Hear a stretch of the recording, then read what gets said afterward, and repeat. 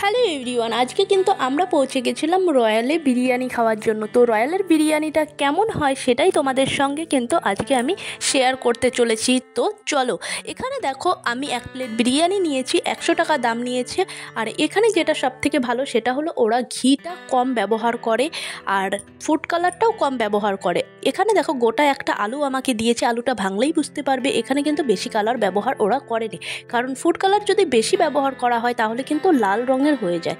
তো এখানে দেখো, এখানে এক পিস দিয়েছে আমাকে চিকেন আর তার সঙ্গে দিয়েছে একটা ডিম। আর এখানে দেখো মাংসটা কতটা সফট হয়েছে দেখেই বুঝতে পারছো। এই হলো একটা ডিম, এই পুরো থালিটা। তো এখানে ওরা যেহেতু বললাম ফুড কালারটা কম ব্যবহার করে আর ঘিটাও ওরা কম দেয়, চিটচিটে ব্যাপার যেটা, সেটা কিন্তু এখানে এই রাইসটার মধ্যে থাকে না। রাইসটা কিন্তু খুব ঝরঝরে হয়, সেই জন্যই এটা আমার খুব ভালো লাগে। তো কেমন লাগলো অবশ্যই জানিও, নতুন হলে কিন্তু সাবস্ক্রাইব করতে ভুলে যেও না। দেখা হচ্ছে নেক্সট ভিডিওতে।